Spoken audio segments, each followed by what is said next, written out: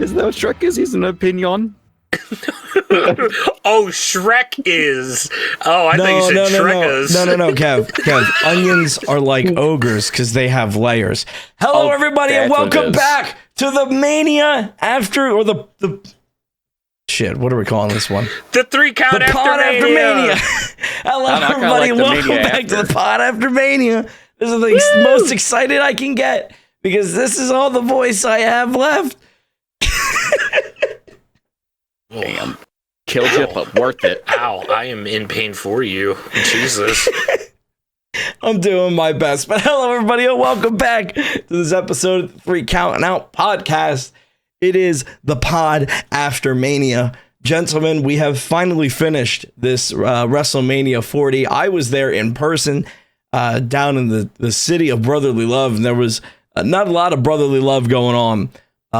But you know, that's what you expect from Philly. But I mean, I had a hell of a time. How did you guys have? How was your WrestleMania experience? I'd say it was quite enjoyable, actually. Seeing this one would have been a good one to see live, but it was very enjoyable to watch. Mm-hmm.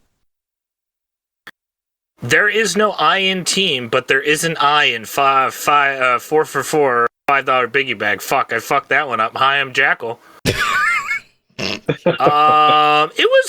It was really enjoyable. I've gotten into kind of the habit of things now where things have gone to the two night program where it is sort of a weekend experience now, where it is just sort of a fun hangout with friends. You get to have company over, and it's an event now as opposed to just sort of like a one night spectacle.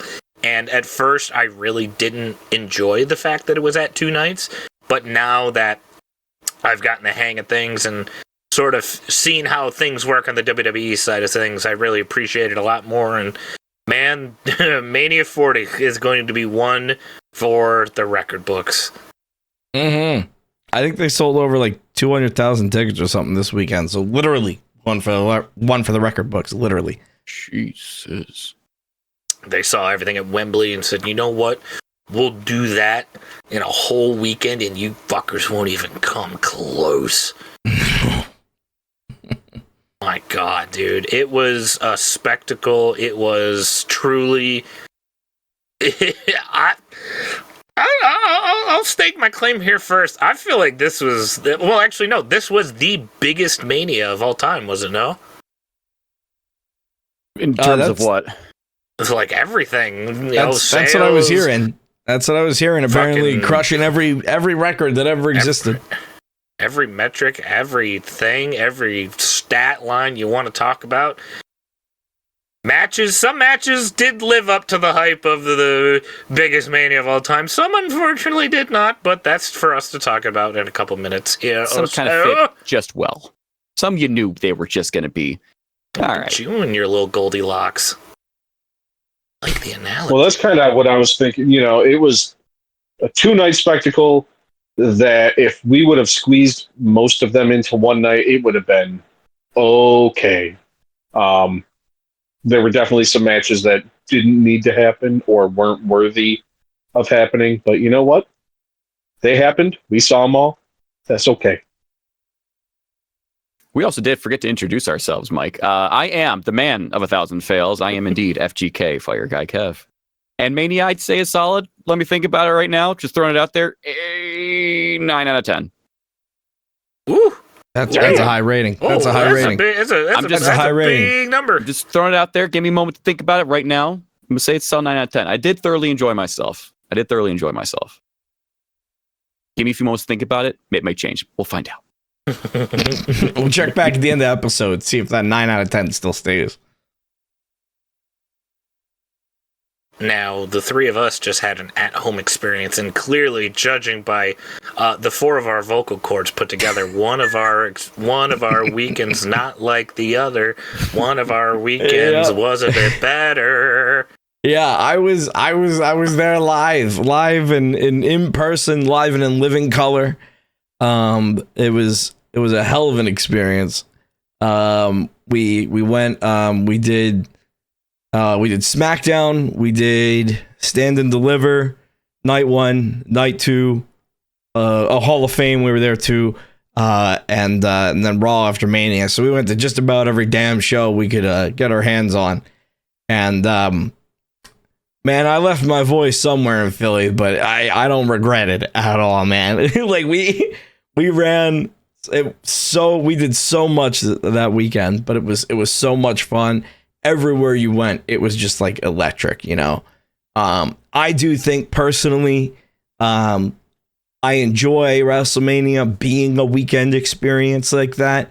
Night one kind of sucked ass. Probably could have just taken some of those matches off and just had it all on night two. But it is what it is. We left happy. That's all that matters. We blew the roof off the Wells Fargo. Blew the roof off the Lincoln Financial Field doesn't even have a roof. They built a roof on Lincoln Financial Field just to blow it off. I got to see the Undertaker. Let's talk right now. I guess let's start with the big one and just get it out of the way. What the fuck was that main event? That was the best overbooked match that I have ever. We were in the stands just like yelling out names and shit like right before it. Like my section was just heckling everybody, and literally the dude next to me just yells out, "It's gonna be Cena!" And then immediately, do. We were like, bro, what? I did the exact same thing, actually. Oh, that's awesome. Like people were just yelling out random names. There were people calling out for Joe Hendry. Like, hell yeah, dude. We didn't believe hard enough. We did not believe hard enough. No. People also wanted MJF to show up. Apparently, Ricky Starks was there watching from a box. I feel like he's probably going to be WWE bound one day. But, like... He is. Ricky Stenicki was also there. Ricky Stenicki was there. Oh, my God. Live and in living color. He shook hands with CM Punk now, so I guess they're cool.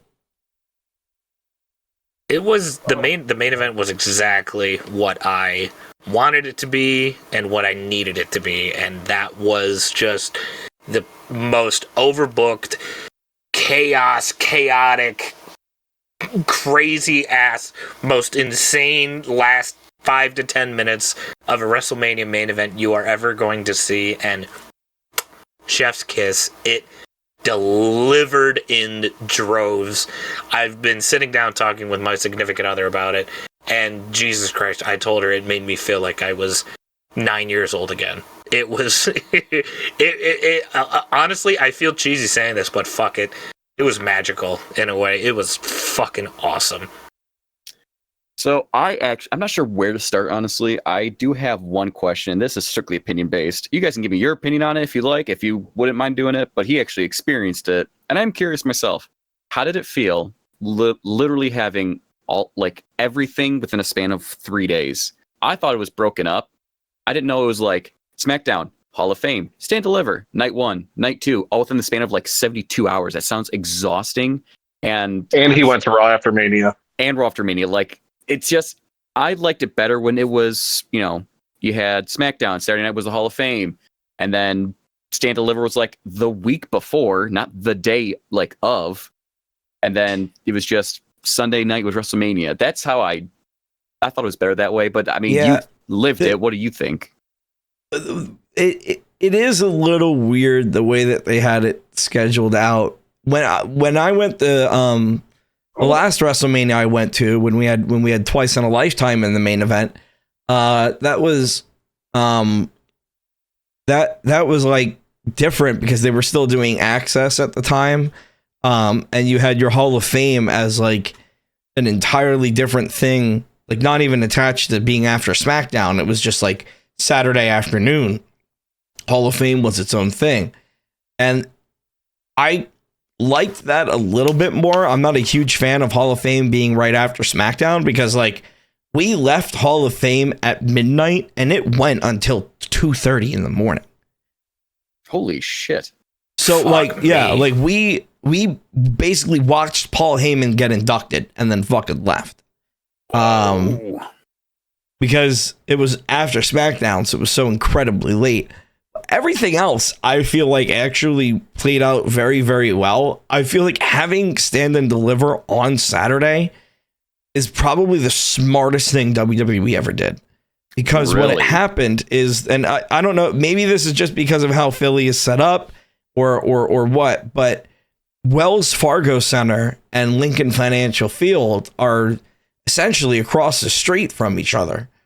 So what happened is Wells Fargo let out from Stand and Deliver, and immediately WrestleMania was in full effect right across the street at Lincoln Financial Field. All their pre-shows were running. All the booths were open.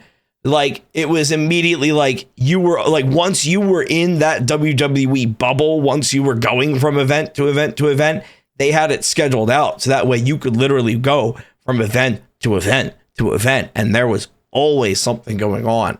So I feel like WWE spaced it out very well. It was really tiring, though. I mean, obviously, I'm sitting here, we're what, 2 or 3 days removed from WrestleMania, and I still can't talk.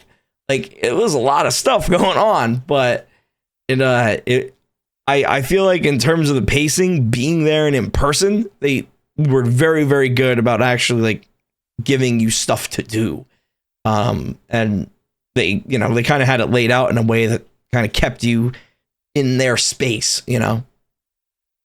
So it worked out because it was right across the street from the other. But if this happened in a different city where, maybe you got to drive like a mile down the road to get to the other stadium or whatever, maybe not as convenient. Yeah, and I think that's kind of what I think that's kind of what they were going for. It's just that we were over there anyway. Like we were already over there. We literally, you got done watching Stand and Deliver, and then immediately you could head over to WrestleMania. So they took all that hype from Stand and Deliver and move that over. And they weren't even booking it as like Stand and Deliver being like, oh, and NXT Stand and Deliver is going on. It was very much like, this is an event you want to be at this weekend. Okay. So it almost felt like they were booking NXT more legitimately as a third brand alongside Raw and SmackDown. Like, they were like, you want to be at this show because there's going to be those important story points that now we know turned into like, Braun Breaker and fucking Baron Corbin, like now they're going to have a main roster run, and Ilya's in the draft and all of that. So all of that was set up during Stand and Deliver. So that's kind of how they, I guess, rationalized it. But I think the way that they had it laid out this weekend made pretty good sense for the most part. Some stuff, though, like Hall of Fame, it did go kind of late. Like if they're putting stuff after shows already, it's kind of hard to do that when you're already, you just sat through 2 hours of SmackDown and you're tired of shit, but you want to watch Paul Heyman, So it's like everyone's just kind of dragging along, standing there with their phones out, waiting for him to be done. And then as soon as he was done, everyone just kind of left because it was already like midnight. Jeez. So did you guys just sit in your seats the entire time until basically that started? Yeah. I would get up and walk around just because I can't really sit still for too long. But our seats in Wells Fargo, they were we were in the club level. So it was kind of nice, you had some like space to spread out and stuff. We kind of got a little bit nicer seats just because we knew that we were going to be spending a lot of time there. Sure. But it really wasn't like it wasn't like it wasn't a bad thing, like, and you're also like running around between WWE World and WrestleCon and all that stuff that was heading up too. So like it was just kind of good to just like kind of be able to sit down for a couple hours, But yeah, for the most part, it's like once we were at the Wells Fargo Center, it's like, all right, we're here Friday night, it's like we're gonna sit down at SmackDown starts at 8, we're gonna sit down at 7:30, and we're at Wells Fargo from 7 o'clock to midnight, like that's just kind of how it was.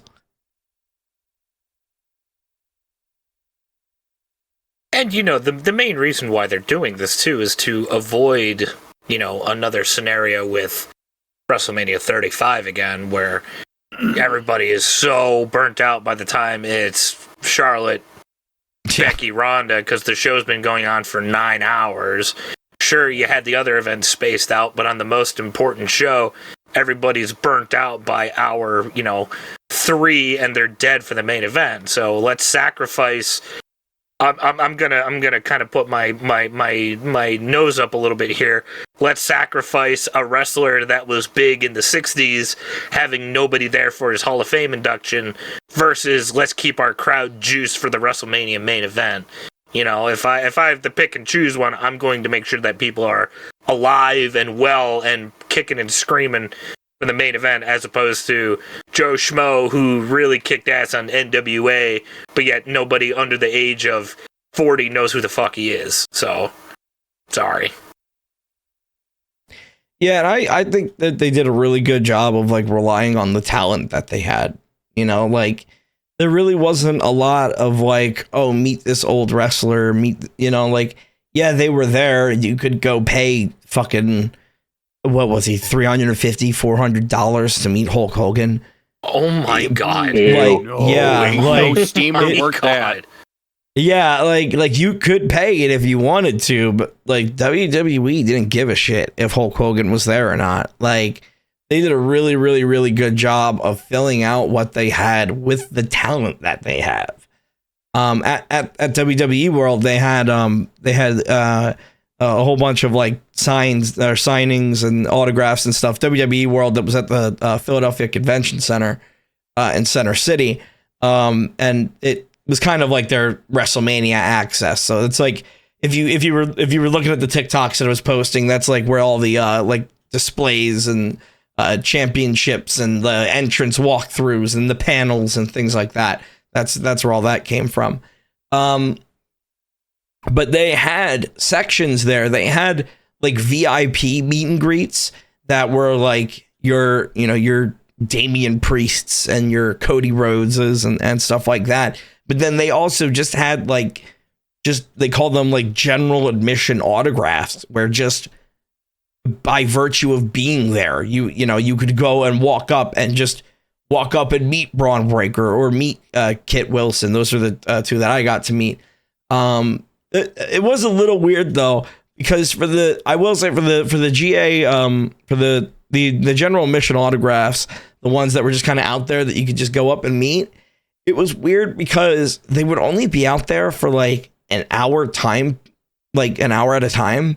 And they would rotate and they wouldn't tell you who was coming next, and you weren't guaranteed to get the person that was out there. So like when I first got in line, Carmelo Hayes was there. By the time I got basically up to a couple people away, it was the top of the hour. So Carmelo Hayes left and I got to meet Braun Breaker. But like, it was one of those things where like, it kind of sucked waiting in line for like an hour thinking, okay, cool, I'm going to get to meet Carmelo Hayes. And he wasn't the only one up there. It was Carmelo Hayes, Indy Hartwell, Adriana Rizzo, and fucking some dude from the LWO that I can't remember. But they swapped out for Braun Breaker and Kit Wilson, but like we didn't know who was replacing them. So we were waiting in line for an hour, and then as soon as we get up to the front, everybody leaves, and then 5 minutes later, Braun Breaker and Kit Wilson come in, which, like, thank God they were people that I wanted to meet anyway. A self-proclaimed... Yeah, that's a hell of a swap out. Yeah, right? Like, I mean, and that was right after Braun Breaker hit during Stand and Deliver, he hit the ring so hard that he moved the ring when he hit the ropes. Jesus. He hit the ring ropes so hard that he moved the fucking ring. It's insane. But like we got to meet him and like talk to him about that, and he was really nice and like kind of gave people their time and stuff. Great dude, friend of the program. But it's it's one of those things where it's like some stuff like that could have definitely been ran a little bit better, but I think overall they did a very good job of managing who was there and making it work with the talent that was there, and not relying on the old Joe Schmo from the 80s. Like they did pretty well, which honestly, being in Philly, that would have been an easy out too, because they could have pulled out any ECW guy. And I mean, obviously, you know, we got Bubba Ray Dudley coming back. Hell yeah, baby. But like they could have pulled out anybody, you know, any ECW guy would have gotten a big pop. So it would have been an easy out, but I don't feel like they kind of took the easy way out at all this weekend. I feel like we could talk about this for like a while. I feel like we could go back and forth on this. Do you guys want to run through the night, get your honest opinions, run through them, get some official ratings from the 3 Count Now podcast? Sounds like a plan, Stan. I'm all for it, pal. Does someone, speaking of which, does someone happen to have that on them? I could try to Google it, I guess. Because I do not. I probably could think of it off the top of my head, but Well, here's the easy one. The very first match of night one was Rhea Ripley versus Becky Lynch, was it not? yes. Bobby Mania running wild Good for match. 2 years in a row, pal. Also, real quick, let's give her flowers where her flowers are due. Becky Lynch coming out to the ring with like 103-degree fever and strep throat on top of that, putting on an absolute fucking... Yeah. Becky Lynch was sick as a fucking dog for that match. Oh shit, that explains so much. she was not doing so hot, and for all things considered, going out there with that deck stacked against you and putting on that match and giving me probably my favorite spot of the weekend with the like head scissors, like Rhea having Becky on her shoulders with the front flip over the ropes to the outside, and Rhea maintains holding Becky on her shoulders to an electric chair on the floor. Holy shit, I fucking love that spot. Rhea coming down to the ring, actually getting a win by getting played in with live music, being one of the very few people to actually do that at Mania. Very good match, very good opener. Fucking 8 out of 10 for me. I'm going back to back. As far as opener goes, I'd say that was one of the better ones where actually enjoyable. Got you into WrestleMania vibe. You know, we got 2 full nights, got 2 openers. Set the stage very well. It was a very fun watch. The right person won. Like Danny said, you know, credit where credit's due. No one wants to fight with strep throat and 100-degree fever. So everything considered, fantastic opener. I will also give it an 8 out of 10. Yeah, I love this match. I thought, like, in terms of opening up a match for WrestleMania weekend, I feel like this is probably one of their strongest contenders. I think probably the only other match that really could have gone in this opening spot would have been like the tag match, which why would you put that tag match in the opening spot, you know? But that's just how strong this match was. And being in that opening spot, it helped set that tone for the weekend. And, man, who doesn't want to watch Rhea Ripley and Becky Lynch in the ring together, right? Like, they're two amazing wrestlers. So I love this match. I agree. I love the fact that it was actually a good live performance. I feel like that's rare for pay-per-views that when somebody plays your theme, it usually sounds like shit and you don't win. So the fact that it sounded good and she won those were 2 great signs for the weekend. So I loved it. I'm right there with you. I think probably solid 8 out of 10. Well, we'll just do that across the board, won't we? I mean, everybody loved that match. Everybody loves Mommy. And Motionless in White, I love the band. So getting to see them live, play her live, and you can tell she was fangirling out forward. Yeah. It was a fun match to start all around. Good work. I did say at first for the Mania footage, I thought the singer from Motionless in White was Rhea Ripley for a second. The hair slicked back, the tattoos going up, and it's like, wait, what the fuck? Well, oh no, that's the singer. Oh, so fun fact, because she started taking her look from Chris Motionless, right? And then once he found out she was a fan, he altered his look to look like her because of how big of a fan she was. Oh, that's cool. That's awesome. That's crazy.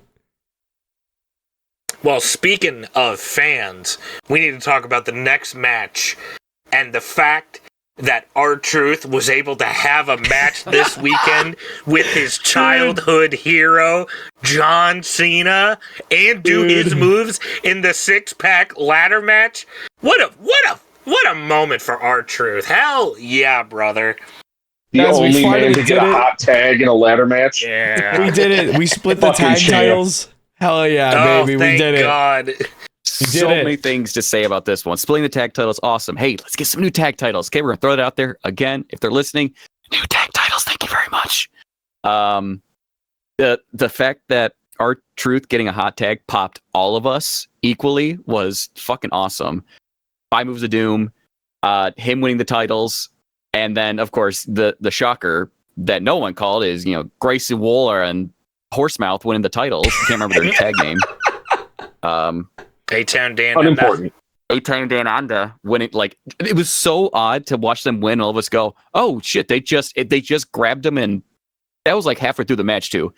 Yeah, they didn't show up again. Yeah, and it was just like, okay, no fanfare, just grabbed them. We were like, oh, well, yeah. right, I love that they grabbed them and they didn't.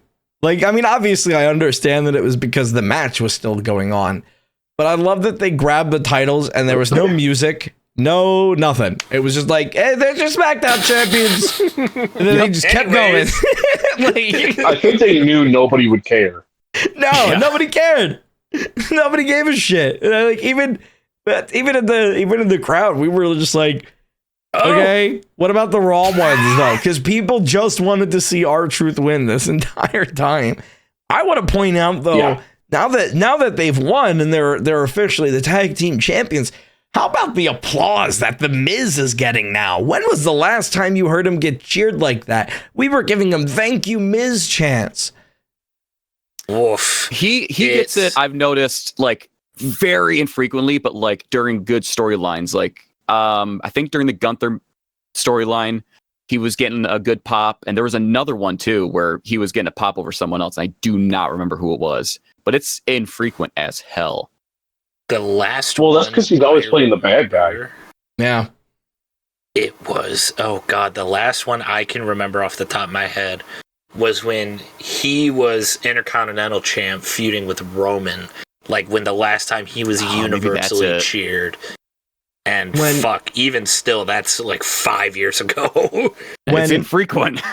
When Miz and R-Truth were on McAfee, and you can find this, when they were on McAfee on Monday, The Miz was getting cheered so much that he was even like, I've never gotten this kind of a reaction before. Like, The Miz had to like sit there and be like, nobody's cheered me like this before. I don't know what to do. And like, we were all it's like he's teaming with R-Truth, and now we get to finally acknowledge that, like, hey, The Miz is, he's that guy. He is there putting in all that, putting in all that work week in. Like he's gonna have great matches with R-Truth. Like, we get to sit back and he's always been a bad guy. Now that he's a good guy, we get to kind of give him his flowers a little bit. And I don't know, man. I kind of like it. I like not being able to, like, I feel like Miz getting booed. Miz is really good at being a bad guy, and when you have the opportunity to tell the bad guy that he's good at being a bad guy while he's a good guy, it's like there's just a respect there, and I think that respect that he's gotten from the fans is finally kind of going back towards that reaction, and I feel like this is probably how The Miz is going to be perceived for the foreseeable future, because I don't really see him becoming a big bad heel ever again. I feel like it's time that we start to acknowledge the Miz as an actual fucking workhorse, because he is. Oh my God, yeah. I mean, he did carry that.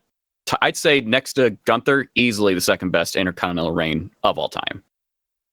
Oh, combined reigns, I guess. What do you think of Intercontinental champions? Gunther, and then the Miz, and then the rest of them.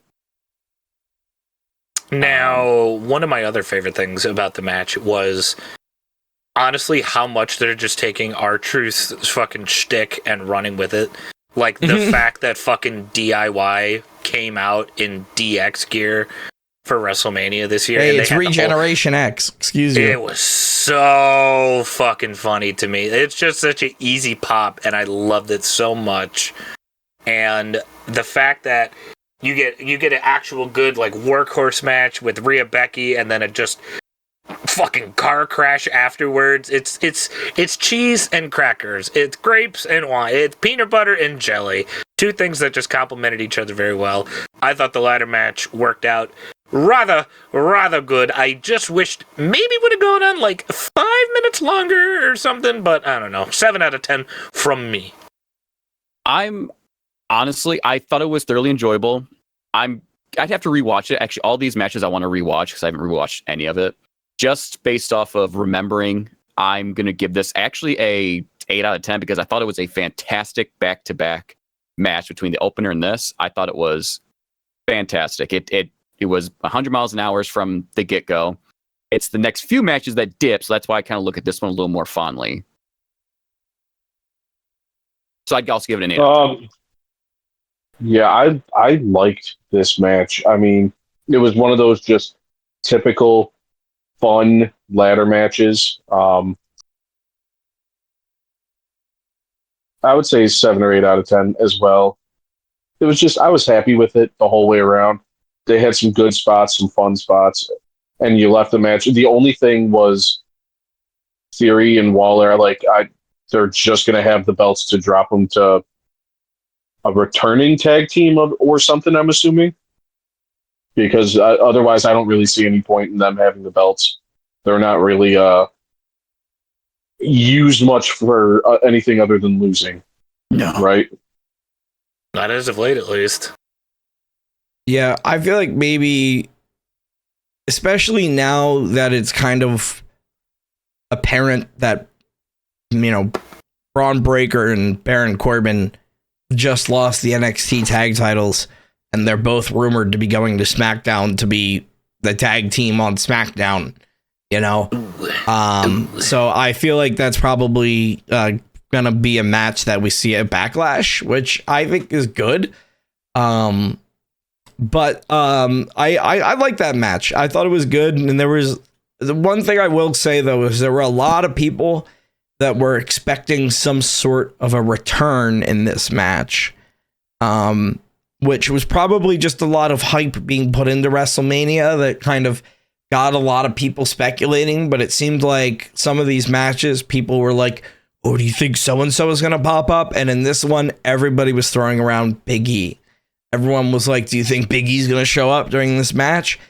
And he didn't. And because of that, I think a lot of Lincoln Financial Field felt a little bit deflated. He was at the pre-show, and he was kind of at Lincoln Financial Field, and people kind of maybe misinterpreted that.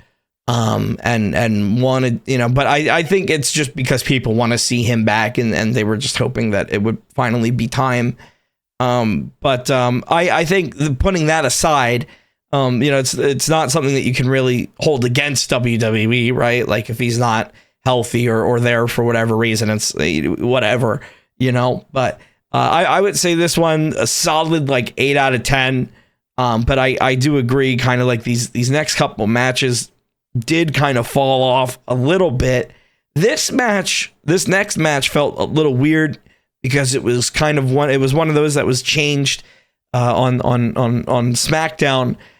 So what was originally supposed to be Rey Mysterio and Dragon Lee versus Santos Escobar and Dominic Mysterio turned into Rey Mysterio and Andrade versus Santos Escobar and Dominic Mysterio. I thought it was a great match.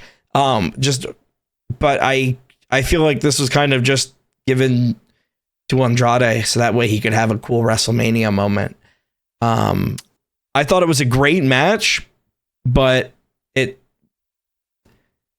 didn't really have any. It kind of lacked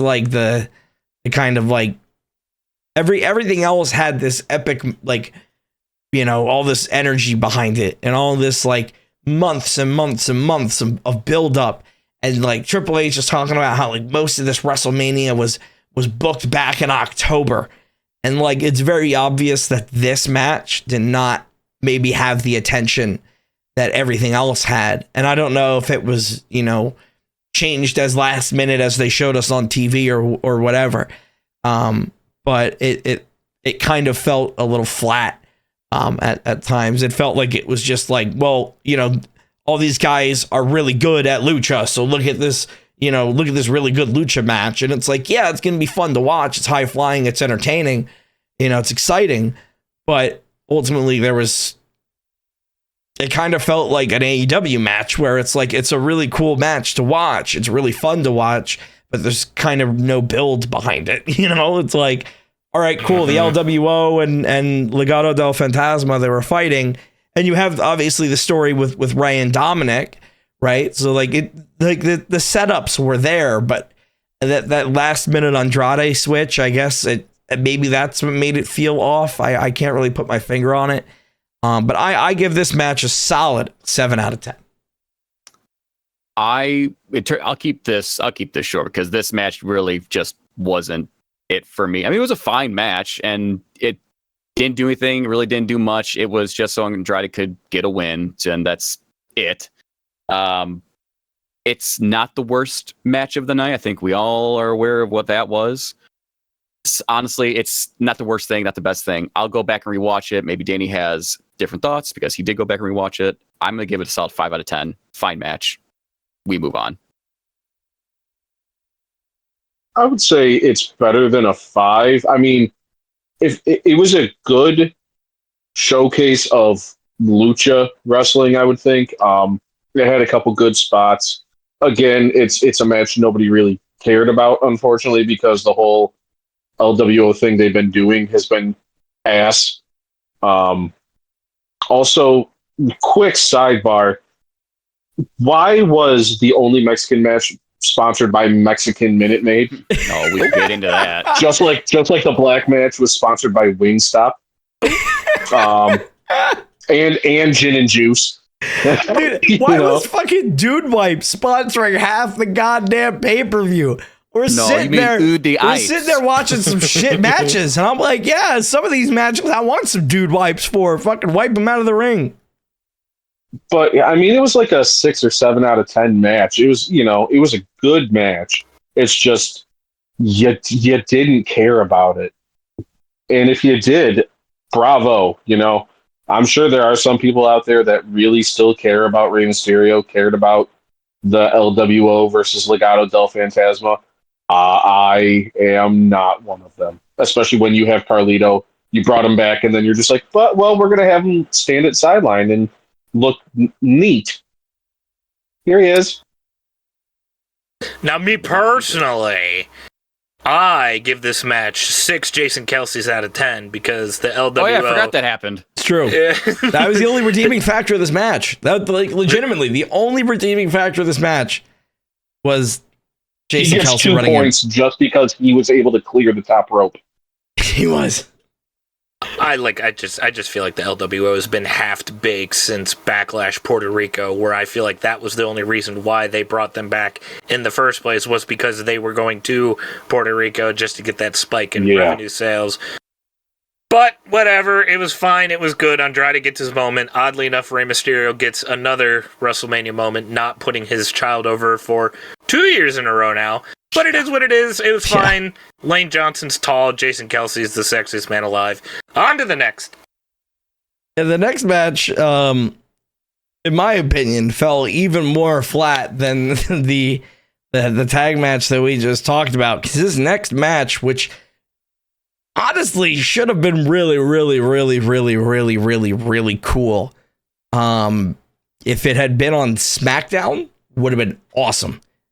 Jey Uso versus Jimmy Uso. Sorry. It should have been tribal warfare or whatever the fuck they call it.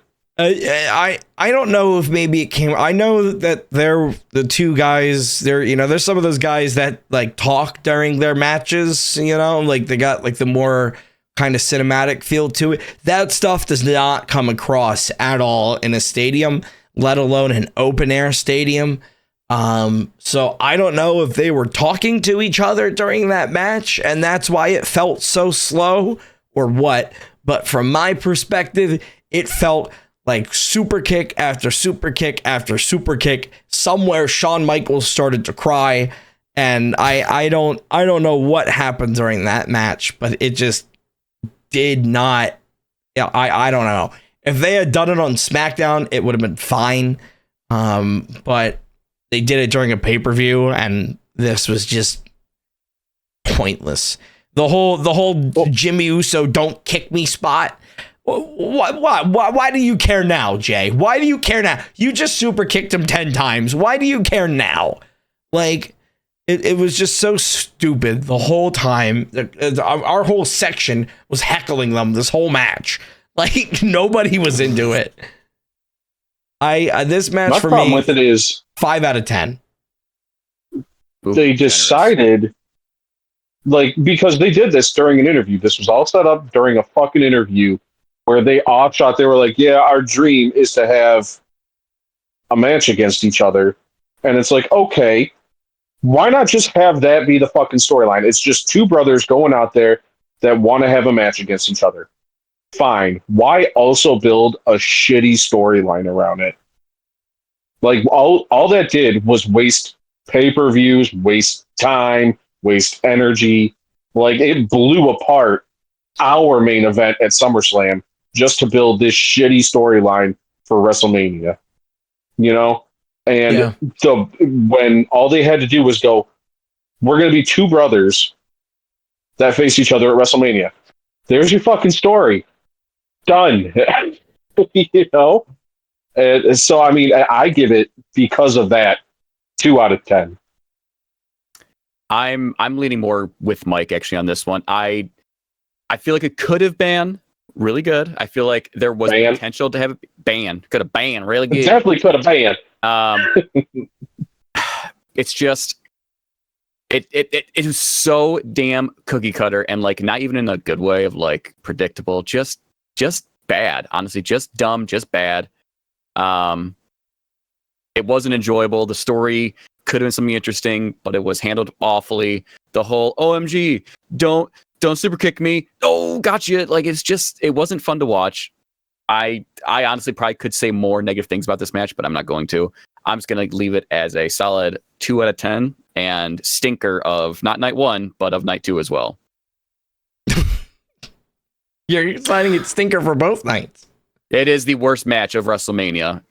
I mean, unfortunately, I will say though, Matt and Nick Jackson probably think that this is the match of the weekend, though. Oh yeah, oh yeah, they love this match. Unfortunately, I give this match 1 Rikishi ass cheek out of 2. It was half. It just whereas the Mysterio match had all the potatoes but no meat.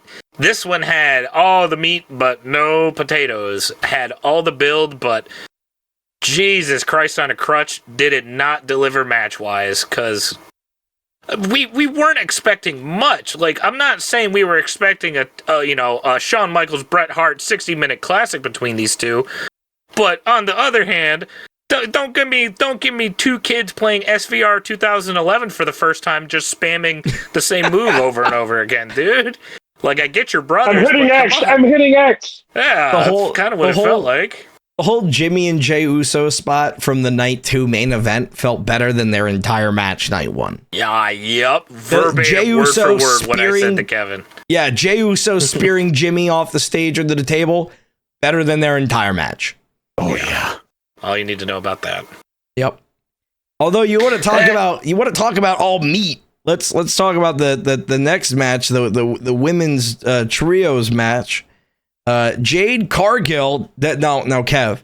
That's the ripped black lady, Jade Cargill, versus Bianca Belair. Jade Cargill, Bianca Belair, and Naomi versus Damage Control. I honestly, what a showing for Jade. Like, I liked this match a lot. I thought it made Jade look super strong, which was obviously the point, to give her that spotlight at WrestleMania and to kind of be like, here she is, right?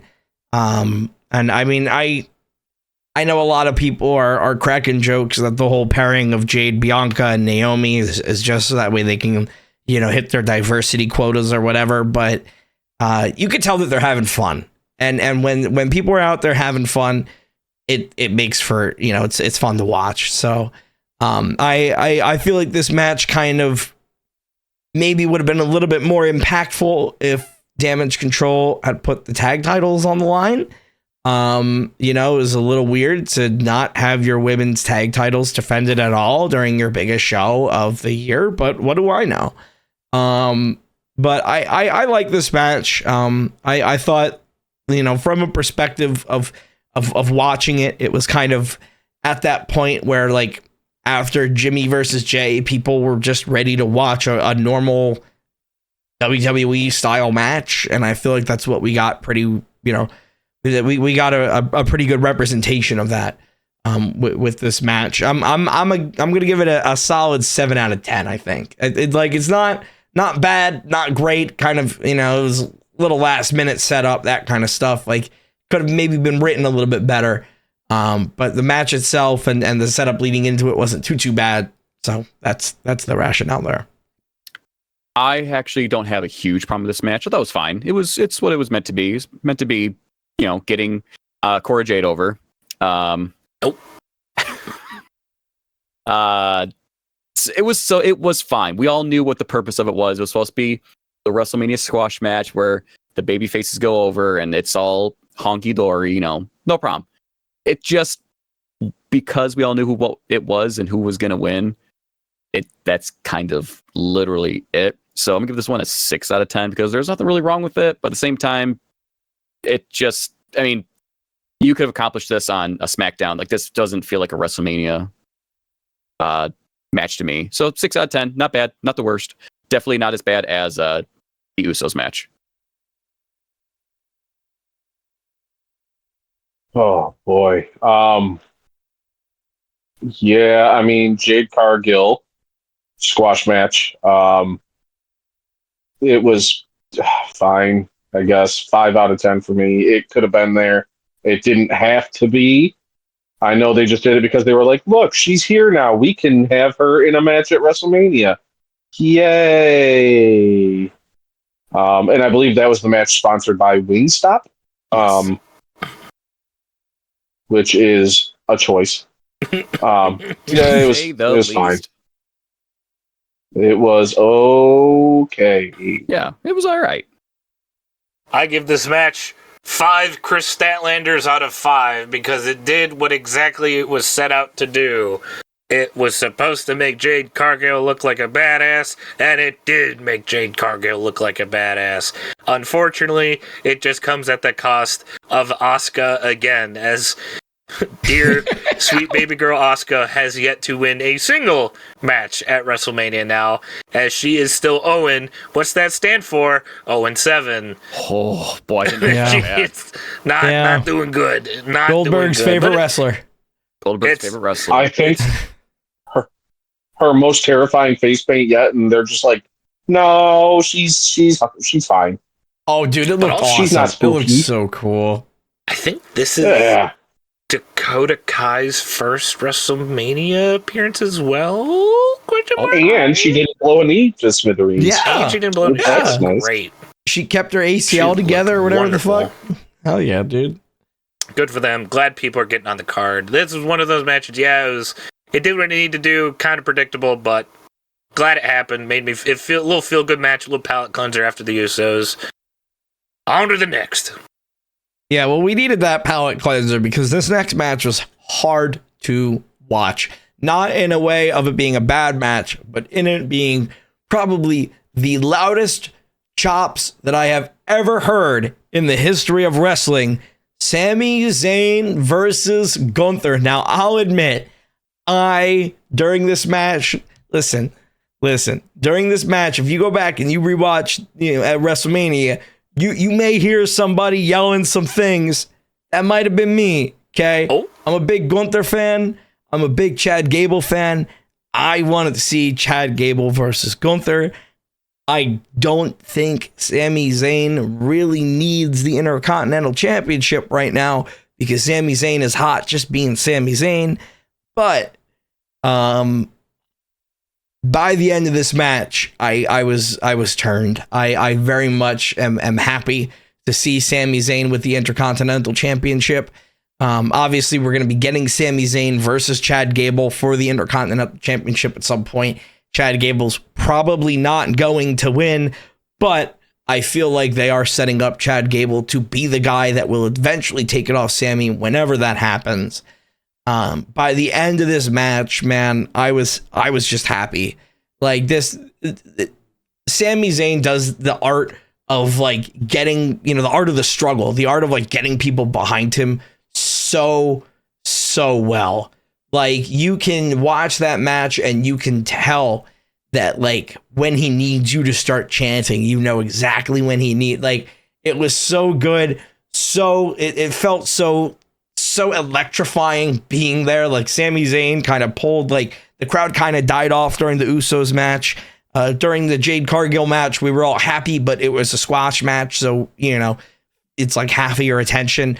But like this pulled people in, this pulled us back, and Gunther's chops are insane, dude. Holy fuck. It was an open air stadium and it still sounded like they hurt. Holy hell. Like, oh my God. It was really good. I like this match. I'm going to give it an 8 out of 10. Now, my thoughts on Gunther versus Sami Zayn's wife was, there was a lot of trash talk. I like that.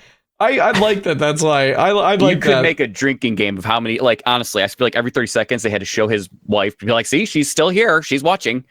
It's just, but that's not why I'm nitpicking. I'm nitpicking because I don't think Sami Zayn winning this was the right choice. The story was obviously for Chad Gable to win this. And if he, like, say he wins in Montreal next week, which would be just the most odd choice, honestly. Hey, Chad's not beating Sami in Montreal. That's not happening. Okay, so he's just going to continue to lose then. It's just, I'm really perplexed by the decision of the booking because it seems like such a home run hit of having Sami Zayn win and upset Gunther. Like, that could have been a huge pop and a great match, honestly. So the fact that they gave it to Sami makes me think, okay, you know what? I'm going to let them see where the story goes. Maybe they're going somewhere with this. And so I want to have hope, but at the same time, I feel like they are kind of almost Rocky and Cody scrambling at this point, being like, oh, we really thought the whole Sami Zayn thing would have worked out. They didn't want Sami to win. So good match aside, not my prefer. 6 out of 6 or 7 out of 10. I can't decide. Wrong winner. Good match.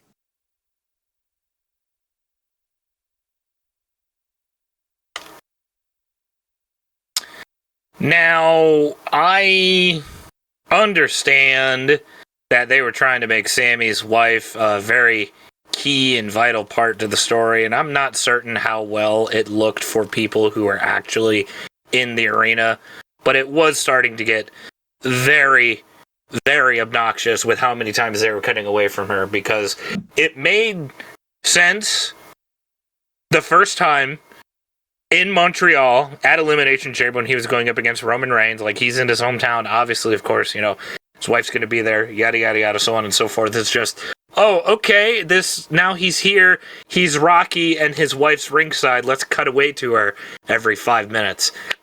On first watch, I really let that bother me a lot more than it should have, because on rewatch, it's not as bad, and it's a really good Sami Zayn match. And the thing in the back of my mind that's making me most excited about the result of this match, sure, I'm glad Sami won, sure, I bet people wanted Chad to win, but that means fucking Gunther's going to the goddamn main event, dude, and I am fucking stoked about that. So, at first, I'd probably give this match probably like 5 chops out of 10, but now I'm definitely going to put it solid at like a 7 out of 10. That didn't sound like a solid 7 out of 10. Okay, you know what? 6 and a half. Take my 6 out of 10. 6.5. I'll go a half above Kevin. There you go. I got 5.5 haluva kicks out of 10. Ooh, Mike did not like this match. Ooh. No, I mean, it was a match. It happened. Gunther, who is notorious for getting down to business and beating ass and pinning people, all of the sudden has a massive character switch and taunts a man's wife in the crowd. Sure, let's believe that for 4 seconds. Why not? It just, that whole part was like, again, it's a complete waste of time. You made Gunther all of a sudden be a completely different person to lose a match. Whatever. 5.5 out of 10.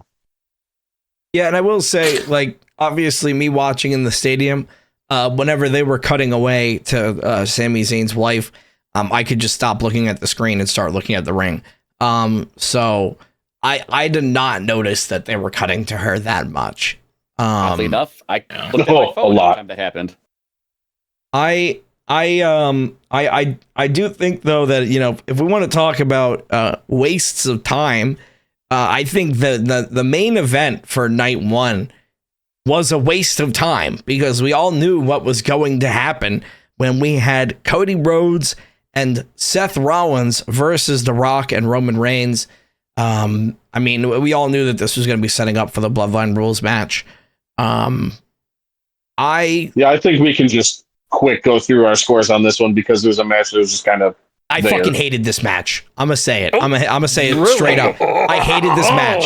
I hated this match for one simple reason. One reason. Nobody in that entire stadium heard The Rock tell the ref not to call anything. We had no idea. Ooh, so you guys.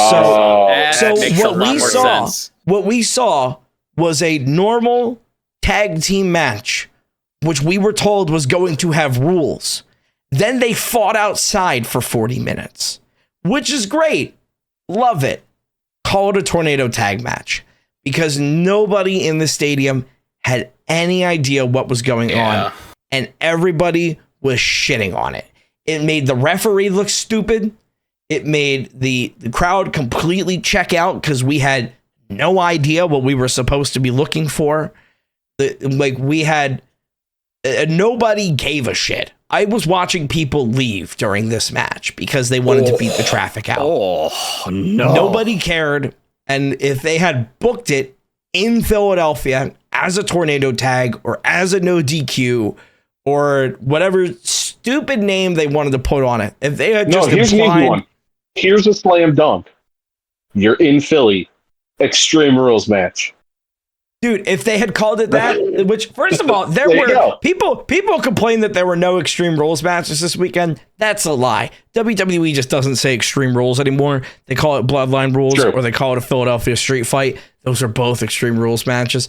But like it was one of those things where if they had billed that match differently, it would have came across entirely different. It wouldn't have made the referee look like a stupid piece of shit, and people would have been so much more into it. I hated this match. I thought it was a waste of time being on the card. Everybody knew that they were just setting up for Bloodline Rules anyway. And even then, everybody knew that Cody was going to be winning night two. So, like, you could have screwed him over on SmackDown the night before. It's fine. This one, in my opinion, I would have rather watched Jimmy versus Jay than this. So I'm giving this one a 4 out of 10. This is my stinker of the night. So have you watched it back now, knowing what The Rock said? Like, does that change it for you when you watch it back now, or are you just solidified? Knowing what The Rock says, okay, right? Like, I get it. I get that he's on the board and don't call anything or I'm gonna fire you, right? Like, I get it. I'm not a fan of that angle, no matter what. Like, I don't think the ref should be doing that. I don't think WWE should be implying that anybody is able to bully the ref, because, like, the referee is the person that, like, in wrestling, that you're supposed to be able to trust, even as the viewer, right? You're supposed to be able to trust the ref that, like, when he's doing that 3 count, that, like, nobody fucked up during that match, right? you're trusting him as the wrestler to keep people safe. You're trusting as the viewer, you're trusting him to make sure that like none of the wrestlers are going to get overly hurt or stuff like that. And then you're also just trying to imply that, hey, the WWE is in this era where booking is supposed to make sense now, right? Like if you're in this era where, hey, Triple H is the new head honcho, right? It's the Paul Levesque era. Why is anybody above Paul Levesque? If The Rock is able to go out there and just book his own matches because he wants to, like that, in my opinion, kind of takes away a lot of what they were trying to do this weekend. I think, again, if they had taken this match and put it on the weak-ass SmackDown that they had, it would have been a lot better. And you could have gotten away with that there because it's not WrestleMania, right? You're not taking away from any of the officiating staff on the WrestleMania card or anything like that, right? So, like, I just don't like how they did this. I think if they had called it a tornado tag or if they had called it Extreme Rules, it would have been a lot better. But just the way that they booked it, this just nothing about this match made sense booking wise. For this match, I'll say every time and any time WWE acknowledges the match themselves and goes, "This is the greatest match of all time, the greatest tag team match of all lifetime," or whatever. Whenever they acknowledge it, you know it's going to be a stinker. Yeah, like I don't want them to be aware of it. Now, I didn't necessarily hate the match. I thought it was fun. It went long, but it wasn't like the worst thing. Definitely Jimmy and Jay was like, you know, why God, why make it stop? This was more like, yeah, I mean, it was good. I enjoyed it. It was fun. You know, it had that good WrestleMania vibe to it, I thought. Obviously we knew the winners. Like that always kind of kills it for me when I'm like, yeah, we know who's going to win. Like I told Danny on night 2 that I was like, you know what? Yeah, Cody's definitely going to win. But like, you know what? I can't actually say that. There's still a chance that Roman could actually win because I said that exact thing last year. Was it night 1 or night 2 where I called half the card, just like the spots they were doing? Night 1, because that's when you're sitting next to us. Oh, yeah. Mike was calling the card and everything. So like knowing the winner, knowing the outcome does kind of ruin it. I thought the match itself was fine. You know, hearing The Rock say fuck again was just icing on the cake because we knew it was coming. And I'd say overall, not the worst thing. I do want to rewatch it, see if my thoughts change, whether for good or for bad. I would give this one right now probably in 7 out of 10. Not the greatest thing, not the worst. A good main event. It was fun. We're probably not going to see The Rock wrestle ever again. Maybe. I don't know. So I say 7 out of 10. You didn't watch Raw, did you? Oh my God! What a fucking awkward Raw. Can we let's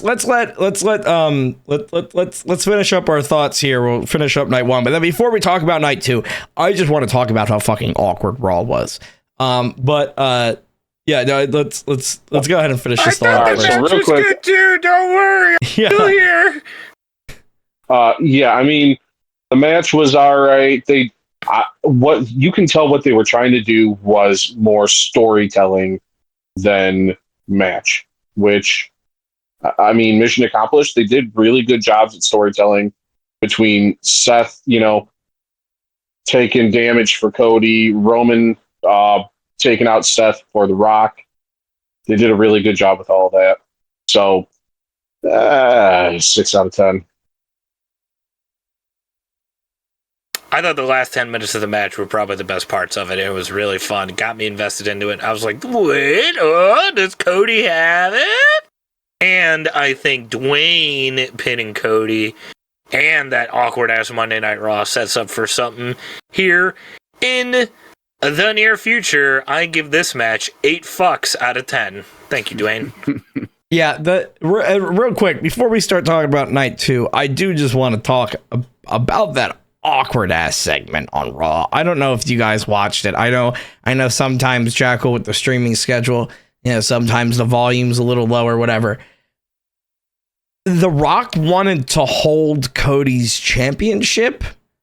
What? Well, that was a callback. If you look online, that was a callback to like 2014 when. No, Mike. I don't know that it was. I don't know that it was.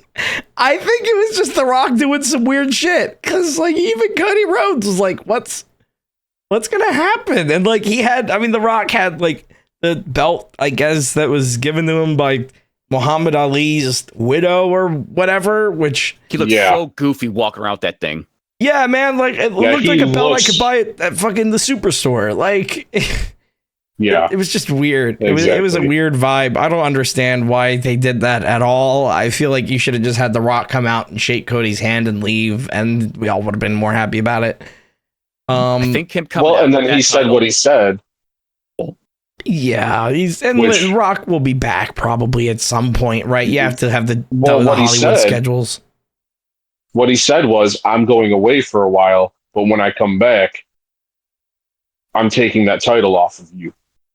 I don't know if they're going to keep it on Cody that long. Again. No. I feel like we're going to see The Rock probably pop up again during like next Mania. That's probably what we're going to see. You know, he's going to... Well, that's what I'm wondering, if they're going to have Cody hold it till SummerSlam and he comes back then, or if it's going to be like a whole year until Mania. But then are we just scrapping The Rock and Roman because we said, fuck you, we want Cody? And they were like, fine, no, Rock and Roman dead. Or is it going to be Rock and Roman for a belt or some shit? I don't know. Did Roman Reigns look... I want to be careful because I understand he's still taking oral chemotherapy.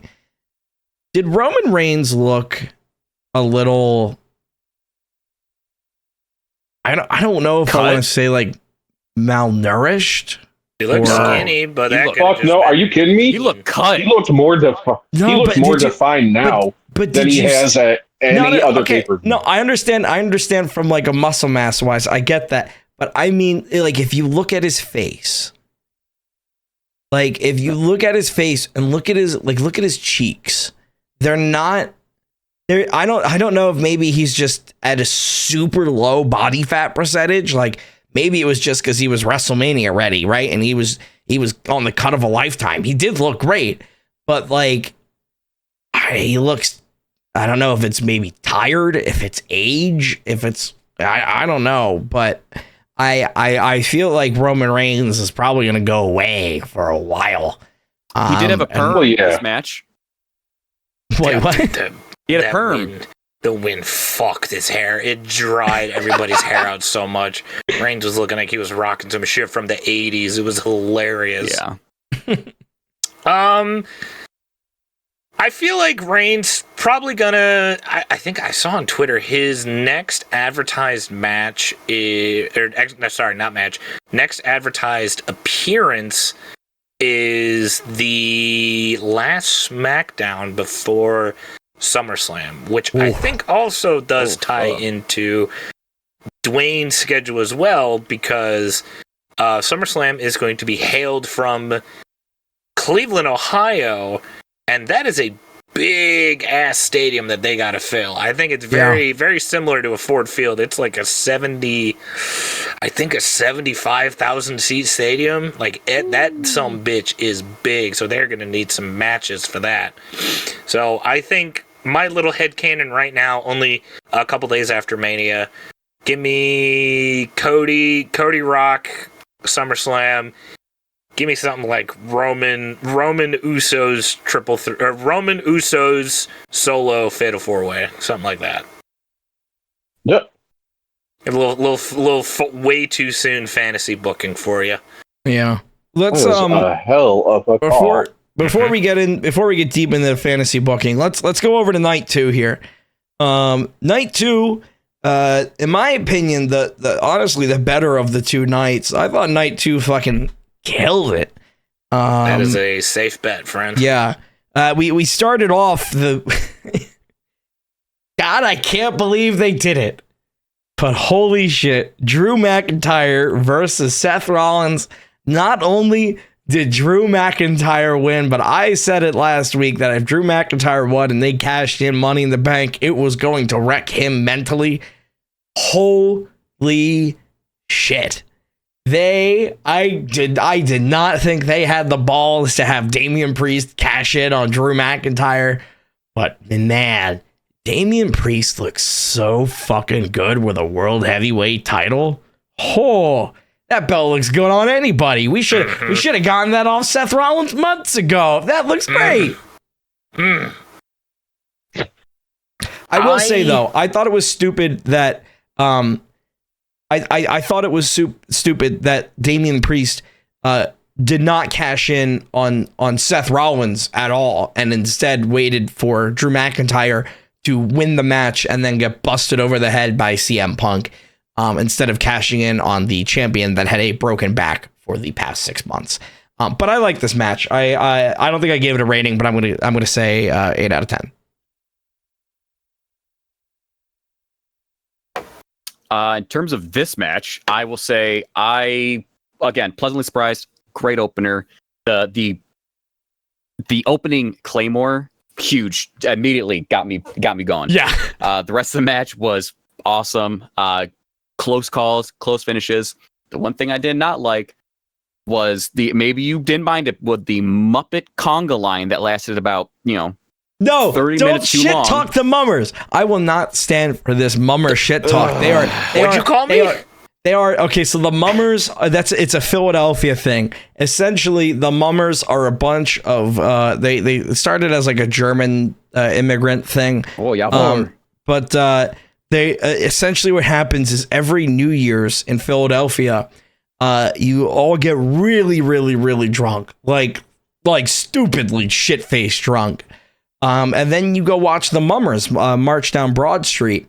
And they wear those stupid costumes. They're also drunk as fuck. And it's just a fun parade, and everybody just drinks. But they're a beloved Philadelphia icon, so I will not stand for this mummer slander. And seeing Seth Rollins dressed as a mummer made perfect sense. And Jason Kelsey's also a mummer. That was his mummer troupe. The word mummer makes me uncomfortable for some reason. It seems like a word Blast should never say.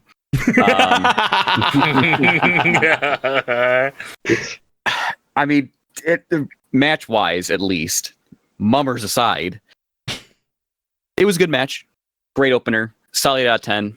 Still not a fan of CM complaints. And so, but I'm sure the storyline will go somewhere interesting. But good match. Poor Drew. 8 out of 10. So you talking about CM Punk. I don't know. All right. This is just me.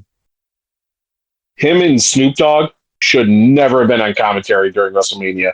Both of them, I think, made the matches worse for them being there. I get why CM Punk was there, but he shouldn't have been allowed to talk, because every time he opened his mouth, it sounded like somebody that didn't care about the match. So him aside, because I thought he was a waste of space, the match was good. 900 finishers and 899 kickouts. So 7 Claymores out of 10. Damn it stole my thunder. I was going to give it 9 curb stomps out of 10. I just like that it was Drew and Seth playing 2K with the infinite finishers. It's fucking fun. Fuck yeah, they were. Yeah. I love... Also, this match proved that Seth was made of duct tape and glue. Yeah, he needs to go away for a second. Just get his body right. Jesus Christ, the poor he needs bastard. to just sit down and heal. He just needs to sit. That's it. I love Petty Drew turning into crazy ex-girlfriend Drew. I love petty ass CM Punk. I'm very excited for this feud working up till SummerSlam. It's gonna be one to watch. 9 out of 10. Happy for Damian Priest. The one thing none of us talked about for this match, Drew sent a tweet out during the match. He did. Bored at work, LOL. And then an hour later, 2 hours later, replied, "Fuck." Drew. One of the things that they brought back this year at WWE World was the Slammies, and Drew won the Slammy Award this year for social media star of the year. Good. And I think he won it before that tweet went out. But if he hadn't won it before that point, he definitely should have gotten it after that tweet, because that was.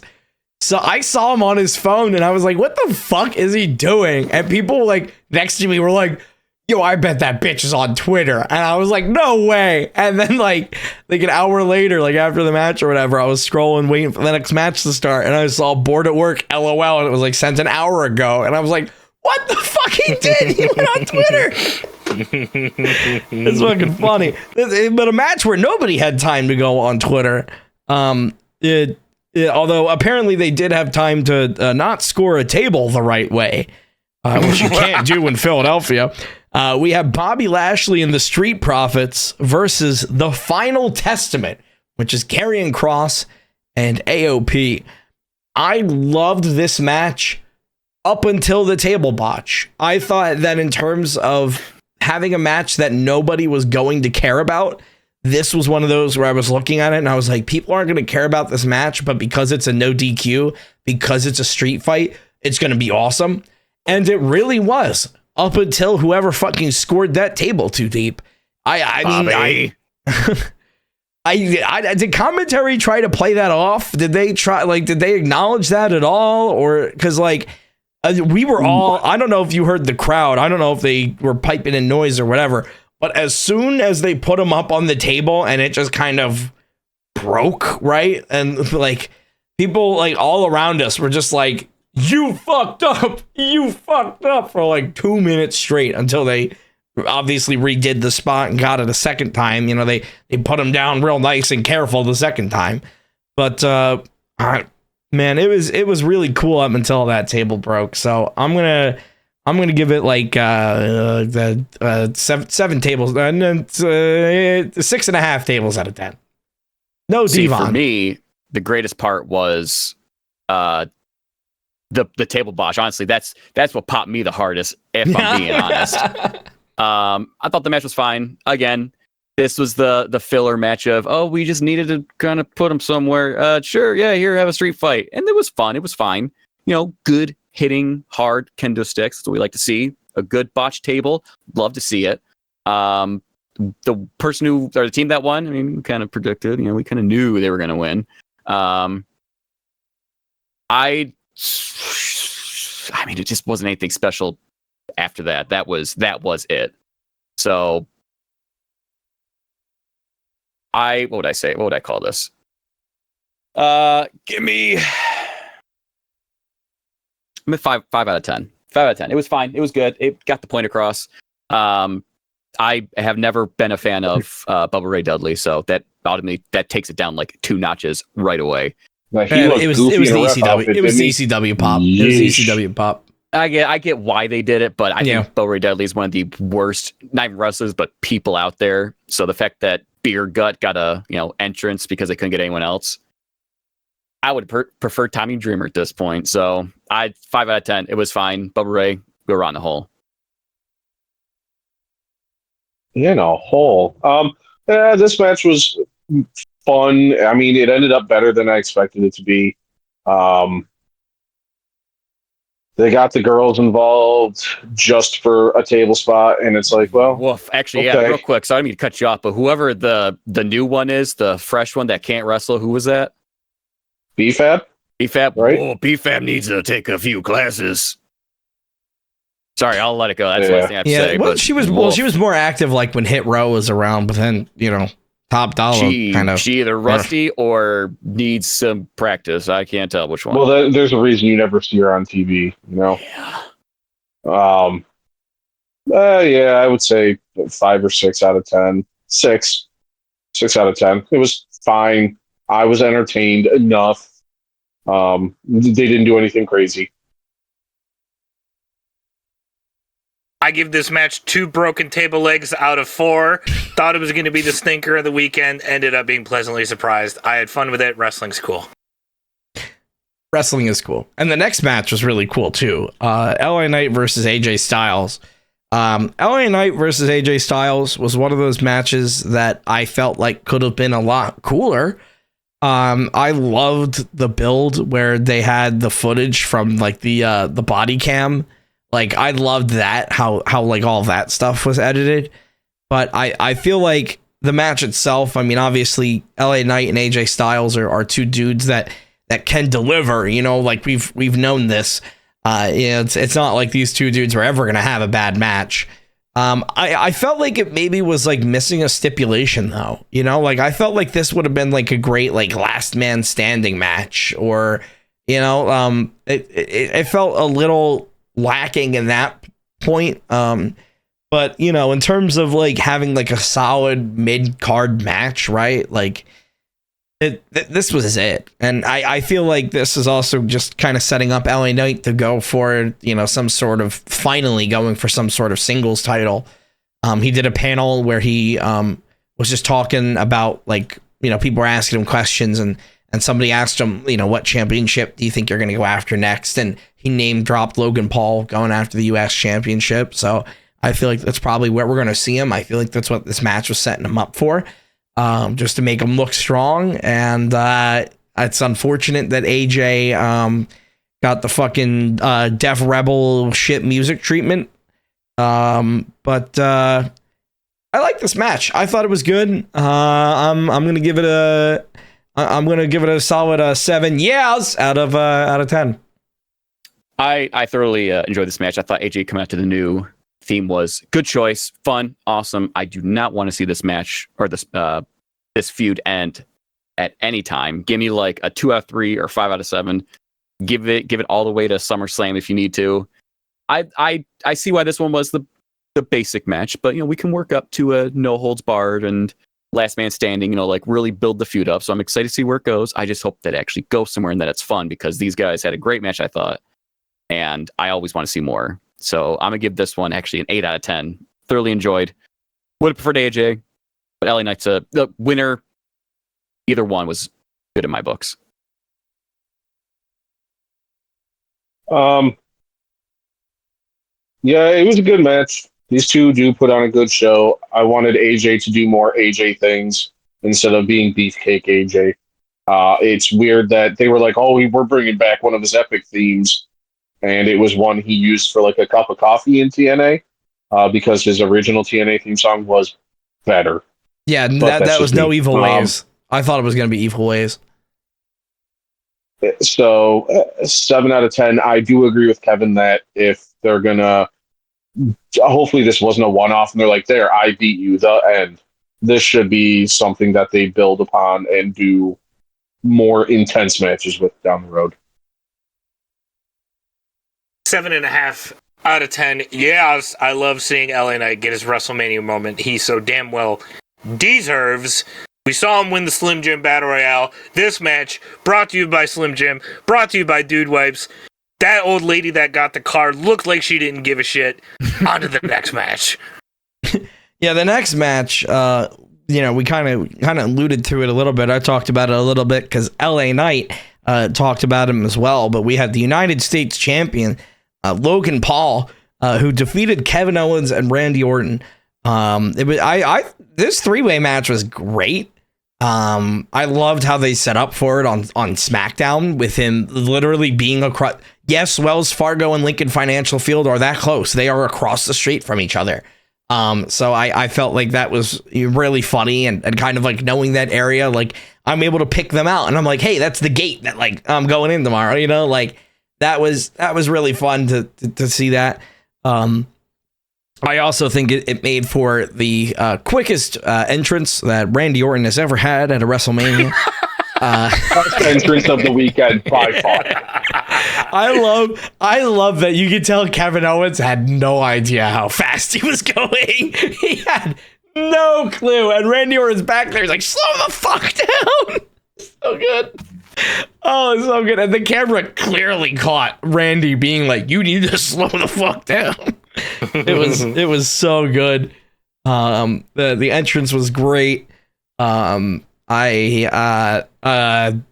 the same. I have the same criticism that I have with every Logan Paul match, and that's nobody knew who iShow Speed was. Nobody. I still don't know who that is. He's a Twitch streamer. He's like in that whole kind of like crowd of like streamers that we don't watch, you know, like the generation under us. Well, because we're not 5. Yeah, that's the thing. And I read this online. I don't know if this is true. I'll cut this if this wasn't. Did Michael Cole call them KSI? Oh, I thought it was KSI until Danny told me. Might have.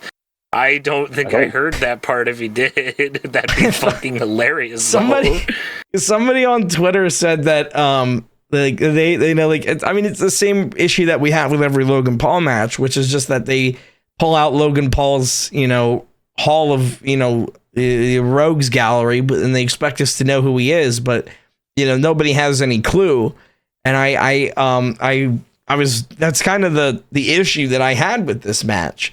Is that it was like, all right, like, you got spots where it's like you kind of just have to know about Logan Paul as a person, which it's like we don't really want to know that. But I mean, Randy Orton kicked the shit out of him. Like, damn, dude. He punted that little motherfucker across the map. Ass kick. Yeah, dude, get the fuck down. He kicked him. He kicked him hard.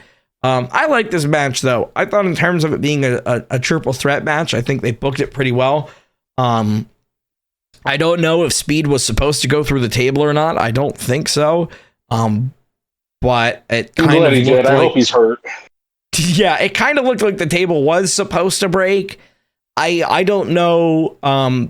As somebody who's never taken a table spot, I don't know if it's easier for you or harder for you if the table doesn't break. I don't know how an RKO on the top of an announce table feels. So I don't know if they were doing that to maybe keep them safer or what, but it did kind of at least look like maybe that was something that was supposed to happen that didn't, which was a little disappointing. I like this match though. I thought it was I thought it was solid. I don't like Logan Paul as a person, but I think as a wrestler, he's very athletic, and that lends him that doesn't hurt him at all in a WWE ring. And I mean, Kevin Owens and Randy Orton, those are two dudes that they know what they're doing. They've been at this level before. So they could drag Logan Paul along if they needed to, so I think this match solid 8 out of 10. I thought it didn't really do anything to kind of forward the US championship or anything like that. They probably only had Logan Paul win because they just, he just gave him a butt ton of money to get his logo in the ring. But I liked it. I thought it was good. The best, the Orton and Kevin, I like the dynamic they had there. That was fun. When they were like working together, they're like, we fight now. I thought it was fun. Logan Paul's a shitty human being, but a fine wrestler. I'm not gonna say anything else. I still, like I said, I thought that was what's his name until Danny told me it was someone else. I was like, oh, so it's generic streamer number 7, and just don't care. Randy barking at him and then put him through a table was quite enjoyable, honestly. And match itself was good. It was fine. But 6 out of 10. Before I give mine, and this is not me trying to be an asshole, I promise. Did Logan Paul do anything other than hit people with the brass knuckles and a frog splash? Did he do anything else that match? Because no, from what I noticed, it was Kevin Owens and Randy Orton versus each other, and then occasionally we had Logan Paul.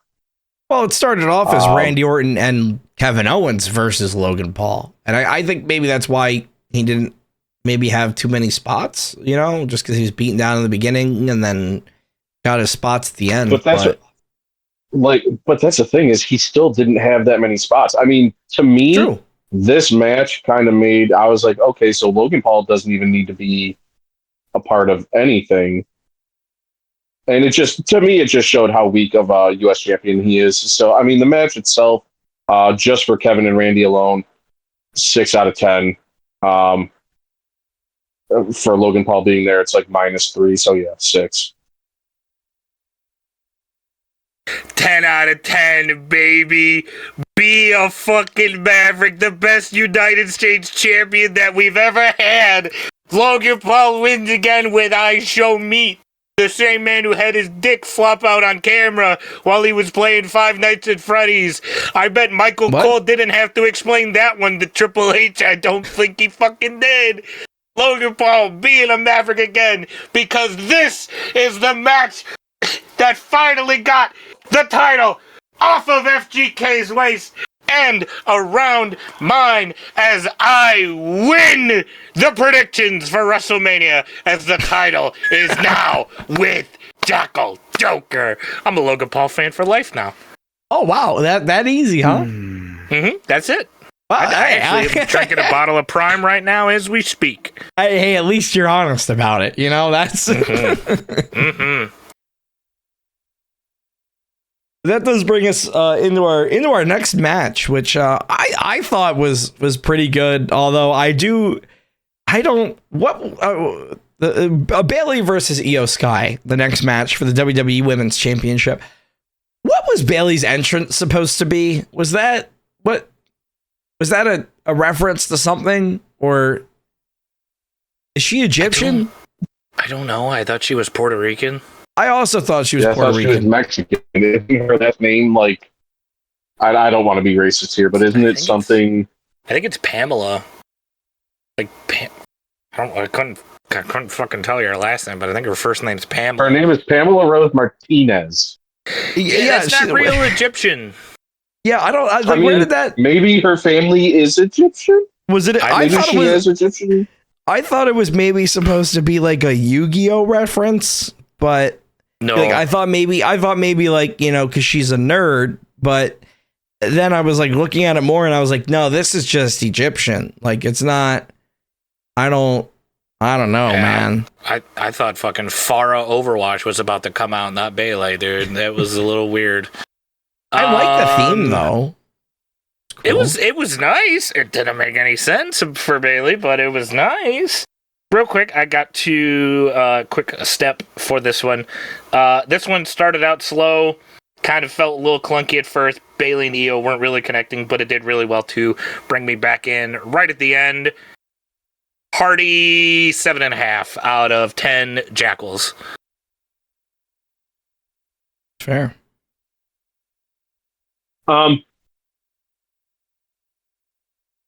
We knew Bayley was going to win. I'm going to give it a 7.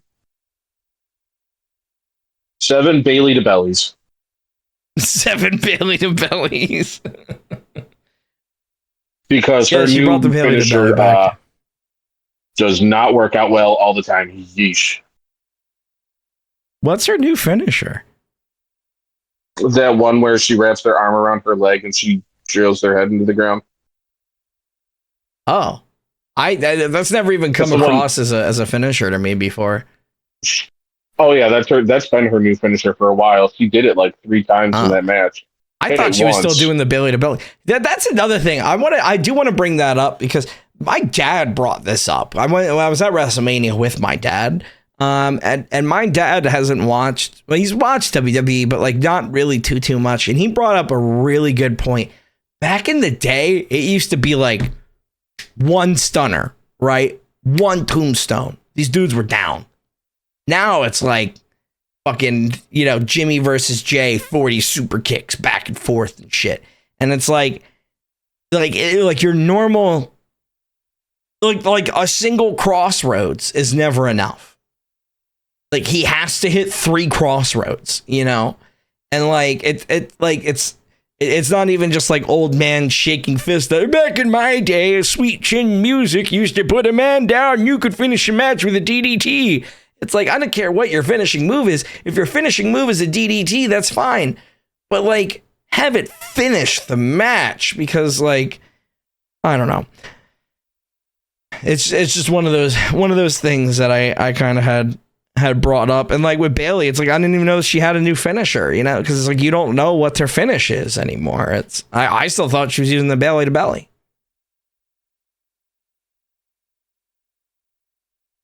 Kevin, have a score at all?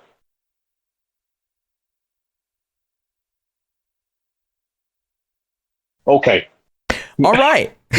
Well, that brings us to the last match then of WrestleMania Night 2.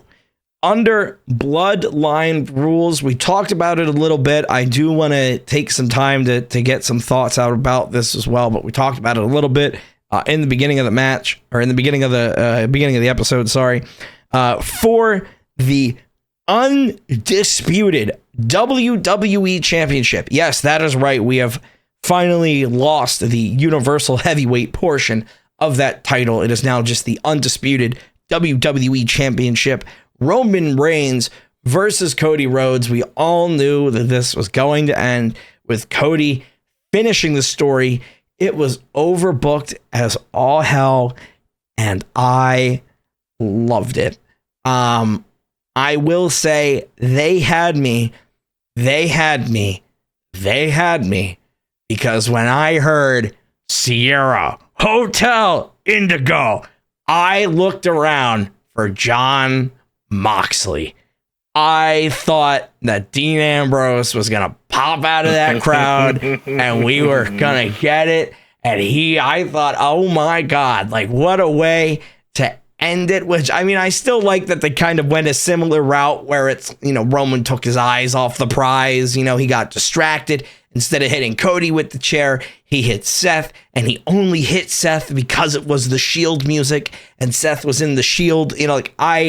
I liked that was the angle that they went with, but for a split second when I heard that, dude, because I was already going into that match thinking that we were going to get Dustin Rhodes. I met Dustin Rhodes on Friday at WrestleCon. He was only there on Friday. And we got to talk to him, and we asked him, I was like, hey man, no, you can't say yes or no. What do you think about the match on Sunday? Wink, wink, nudge, nudge. And he said, never say never. So I walked away from that thinking that, when somebody in the wrestling business says never say never, it means watch the show, So I was going into that match thinking that there was already going to be some Dustin Rhodes popping up. He didn't. He was out of box. I assume it's a Tony Khan thing. But I mean, God, what a fucking match, man. What a way to send people home. Nobody left that match upset. Even the people that were Roman Reigns fans next to me. I was right next to people that were, fuck the Cody crybabies. They wanted Rock versus Roman. I was next to people that had an entirely different opinion of me, and we were going back and forth the whole match. Fuck you, Roman. Fuck you, Cody. Fuck, going back and forth the whole time. It was super fun. Nobody left there upset. Everybody left there going, you know what? Cody finished his story. Roman had a hell of a run. Roman got thank you Roman chants on Raw. The very same, how poetic. The 2015 Royal Rumble takes place in the Wells Fargo Center in Philadelphia. That is arguably the start of the tribal chief when he wins the Royal Rumble and is booed out of the building as The Rock is standing next to him holding his hand high. And now we come back 9 years later, arguably crowd that's feeling the exact same way about Roman Reigns. And on his way out, he's finally able to get the thank you Roman chants. Like how poetic. And I feel like this was the match that we should have had last year, right? If this had happened last year, we would have been on a high this entire year. Who knows where we would have been? I understand that, hey, they were able to take it and stretch it out this whole year. And I mean, look at how big it became, right? But man, this match was just so good. We should have gotten this last year because this would have been such a better way to end. I give this one if it wasn't obvious by how much I like this one, I'm giving this a 9 out of 10. 9 good. Cody Cutters out of 10. Nice. I already kind of touched on it at the beginning of the pod before we switched up the conversation a little bit, so I'll keep mine a wee bit shorter. God, I love Star Wars, huh? Star Wars, New Hope, WrestleMania 38, Empire Strikes Back, WrestleMania 39, Return of the Jedi, WrestleMania 40. Cody's such a fucking dork, huh? Mm-hmm. Good lord, dude. Someone pointed it out on Twitter, and I just had to take a moment of realization. I was like, holy shit, it was never Avengers. It was Star Wars this whole fucking time. The whole time. And Cody fucking loved Star Wars. Like, damn it. Yeah, he's a fucking nerd. He knew what he was doing, this asshole. Fucking dork. God damn it.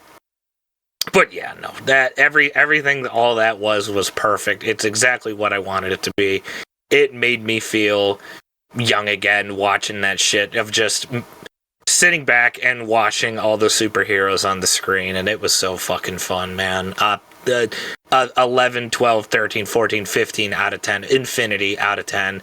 I was hemming and hawing about it for the past couple of days, but damn it, I'm going to say it now. That was the best WrestleMania main event of all time. All fucking time. There's no doubt about that one. As the old fart of the group, my childhood was the Attitude Era, and I know you guys get to go back and watch the way they would close out like a SmackDown or a Raw, where all of a sudden just, The Rock would come out, hit a rock bottom, Triple H would come out, hit a fucking pedigree, Undertaker would come out, hit a choke slam, Tombstone, whatever, Kane would come out, hit a choke slam, then Stone Cold would come out, just stun everybody, give them all the finger and dip. So that's what I got used to, I think, and that's what got ingrained in me. So all of a sudden, getting to see that at WrestleMania now, oh man, that brought me right back to my childhood. That was a sweet spot for me. That made it a 10 out of 10 for me because it legitimately felt like childhood again. And it was just pure joy. So good work by WWE on that one. Made my old bones very happy. Yeah, I will say once that Undertaker gong went off, we were talking about whether or not we thought it was going to be a Stone Cold run in. That's the spot that I thought they were going to give to Stone Cold. Obviously they gave it to the Undertaker. I don't know if it was a scheduling thing or what, but I mean the Undertaker has the fucking vendetta against anybody in the Rock's bloodline, I guess, because he's feuded with fucking everyone from Yokozuna to Roman Reigns. So, like, and if you're going to have, like, the final boss versus, the Undertaker, like, the Undertaker is arguably the final boss, right? So, like, hearing that gong hit, hearing that, and then having the lights cut out, like, there was not one person in that arena that was sitting down. It was insane. It was like that entire match, people were standing up. They were trying to like push to the front of the barricades. Like that entire match had people feral the whole time. Like it was wild. And it was a great experience to have. And I agree with you guys. I mean, what a better way to have a main event. Kev, what did you think of it? As far as main events go, I honestly I couldn't have asked for a better main event. I was telling Dan we were watching it. If this all goes to plan, if this is awesome and everything, make up for last year, and it did that and some. WrestleMania 39 will go down as one of the most. God damn it! I can't believe WWE is letting him win again. Bullshit. But if it got us here, it totally worth the wait. It was worth everything. I love the end game feel to it. The only nitpick I have, and this isn't like even a bad thing. The only nitpick I really have was, I feel like if it had been Stone Cold, it would have made more sense. It would have been a bigger pop. Don't get me wrong, love seeing Undertaker, but I feel like Stone Cold would have been the better choice. Not taking a point away for anything, only because I'm sure they probably could have, if they would have. Maybe it was a scheduling error. But loved it. I think this might be the greatest main event of all time, and I don't think we're ever going to get a feel-good moment of the raising of the champion like that ever again. I just don't see it happening. So the whole 9 innings was great. Did I enjoy all of the Bloodline? No, but if it means getting us here and witnessing that, easily 12 out of 10. Like, great, arguably greatest WrestleMania of all time, but undeniably greatest main event of all time. Yeah, and you brought up the innings. I feel like when WWE said, "Oh, we're only in the 3rd inning" or whatever, when they said that, I feel like people were misinterpreting the timeline that they were talking about. Because obviously that wraps up all the matches for WrestleMania, but there are a couple other notable things that happened this weekend that I don't know if you guys know about, so I want to bring them up. The first one, and this is the reason why I don't think we're in the 9th inning of the Bloodline story. WWE confirmed this weekend that they signed Jacob Fatu from MLW, which is another Uso. He's insane. He's a big dude that's flying around the ring. He arguably does a Samoan spike better than Solo Sikoa ever could. I feel like in terms of this Bloodline story, I haven't mapped out. I feel like we're going to get Team Rock versus Team Roman in War Games. I don't know if they're going to do 3v3 or 4v4, but I feel like bringing in Jacob Fatu, you can now do 3v3. You can have Team Rock be The Rock, Jey Uso, Jacob Fatu. They're your face team. You can have Team Roman be your heels. Roman Reigns, Solo Sikoa, Jimmy Uso. Put them in a War Games match of 3v3. I don't know how you can make that 4v4. I know that's usually how they like to have their War Games matches set up. But I feel like, as cheesy as it is, I feel like this story has just only started. And I don't know if we're going to see Roman Reigns and The Rock go for a WWE championship anytime soon or anything like that. But I feel like this main event is setting them up for like whatever they do after this, wherever they run with this story, people are behind it 100%. Because after you have a match like that, people just want to know what's next. And whatever is next is going to have giant expectations, right? Like whatever they're doing next for the Bloodline following up that main event, good fucking luck. But I feel like that's probably a spot that it's going. Another thing that happened this weekend that I feel like is notable, which, and this one, I don't know if you guys know this. I was kind of talking about it in the group chat. I wanted to talk about it a little bit more here as well. But during Monday Night Raw, I think, got teases for, I don't know if we're calling him Bo Dallas, Taylor Rotunda, or Uncle Howdy, but oh boy, there's something about to happen. During Raw, during a commercial break, just like they did with White Rabbit when Bray was coming back, the lights cut out, some weird creepy music played, the screens flickered white a little bit, and then it all came back on. Lo and behold, an hour later, people are trying to find what the song was. People found what the song was. The lyrics talk about weird, creepy swamp demons. Kinda sounds like The Fiend. And they had a Bray Wyatt panel this weekend where they showed what the new Fiend was supposed to be, which seeing that in person was insane. And they talked about how, Taylor Rotunda, Bo Dallas, Uncle Howdy, whatever you want to call him, Bray Wyatt's brother, his shoot brother, how he went from being like not motivated to come back to the WWE at all to being like, this is what I need to do. Like it's completely changed like his entire perspective on this. And then apparently during a Bronson Reed promo, there was like static on the screen. I thought it was maybe just in the screen of Wells Fargo, right? Like maybe like just there, but it came across on TV as well, which means it was not a mistake. That means it was 100% intentional.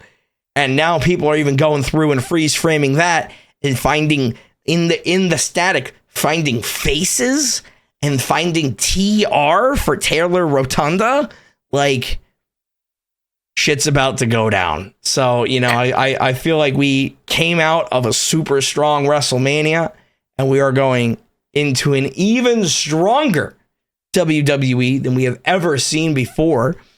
And then, you know, over on the AEW side, granted, we'll talk about this next episode, but tonight, AEW is releasing the real footage of CM Punk and Jack Perry at All In. They are releasing the very real CCTV footage of CM Punk trying to choke out Jungle Boy tonight. Is that, well, like, we gotta go watch it. We gotta wrap this up then. We do. Yeah, we do gotta go watch it, but shit's gonna get crazy. So I'm super excited. Next week though, you know, we do have the draft coming up, so we'll probably be talking about that sometime soon.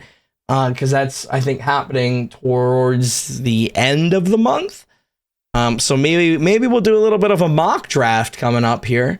But that is going to do it for us today. If you guys enjoyed this episode, make sure you either hit that follow button, or if you're watching on YouTube, hit subscribe.